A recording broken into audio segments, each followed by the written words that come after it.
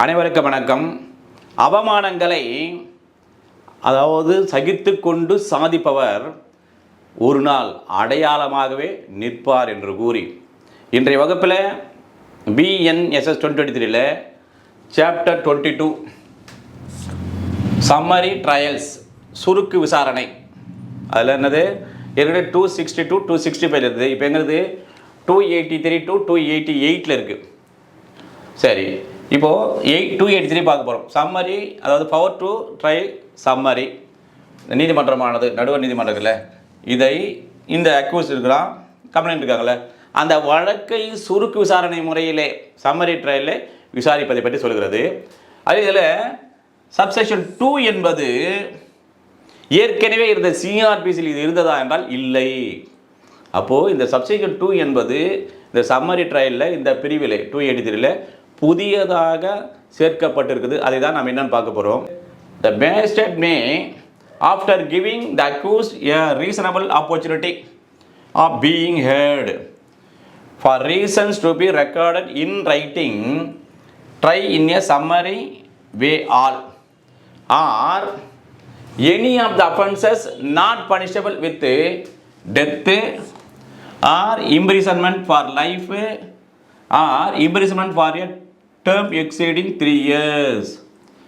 provided that பார்த்தீங்கன்னா வரம்புறையாக no appeal shall lie against the decision of a magistrate to try a case in a summary way under this subsection. வழக்கமான நம்ம என்ன பண்ணோம், ஒரு படவிலத்தோடு நம்ம அப்படியே பார்த்துருமா. ஓகே, இப்போ ஜுடிஷியல் மேஜிஸ்ட்ரேட் இவங்க இருக்காங்க. இப்போ தான் இந்த சம்மரி ட்ரையல் சுருக்கு விசாரணையில் இவன் அக்யூஸாக நிற்கிறான். இப்போ நடுவர் அவர்கள் விசாரிக்கின்ற போது இவருக்கு ஒரு அந்த நியாயமான ஒரு வாய்ப்பு வழங்கப்படுகின்றது. இதெல்லாம் கேட்டுறாங்க. இப்போ அவனுக்கு சொல்லுப்பா, உன்னுடைய சம்மரி ட்ரையல் ட்ரை பண்ணுறதுக்கு என்ன விஷயம் சொல்லுன்னா அதையும் ஒரு வாய்ப்பு கொடுத்து கேட்டு விடுகிறார்கள். அப்போது என்ன பண்ணுறாங்கன்னா, அந்த சம்மரி ட்ரையலாக இதை நடத்துவதற்கு என்ன காரணம் என்பதை கேட்டுட்ட பிறகு, காரணம் எதனால் இந்த சம்மரி சுருக்கு விசாரணையாக நடுவர் அவர்கள் இந்த வழக்கை நடத்துகிறார்கள் என்பதற்கான அந்த காரணத்தை, நியாயமான காரணத்தை என்ன பண்ணுறாங்க, எழுத்து மூலமாக அதை பதிவு செய்து கொள்கிறார்கள். பதிவு சொல்லிட்டு கேஸ் நடத்தலாம்.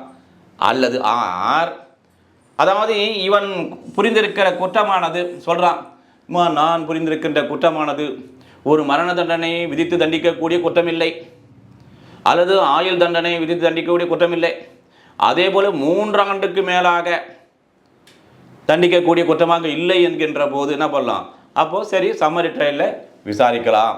சரி, இங்கே புறவேட் தட்டு சொல்கிறாங்கல்ல, வரம்புறையாக என்ன சொல்கிறாங்கன்னா, இந்த மாதிரி இந்த சுருக்கு விசாரணை நடைபெற்று நடுவர் அவர்கள் ஒரு தீர்ப்பு வழங்கி விட்டார்கள் என்று சொன்னால், அந்த தீர்ப்பின் மீது, இந்த நடுவர் வழங்கிய தீர்ப்பின் மீது மேல்முறையீடு செய்ய முடியுமா என்றால் மேல்முறையீடு செய்ய முடியாது என்று சொல்கிறது தான் இந்த பிரிவினுடைய சப்செக்ஷன்.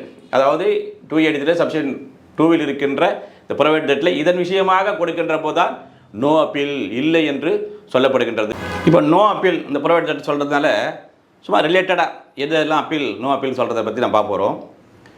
இப்போது செக்ஷன் 413 ஏற்கனவே CRPCயில் 372 இருக்குது நோ அப்பீல்.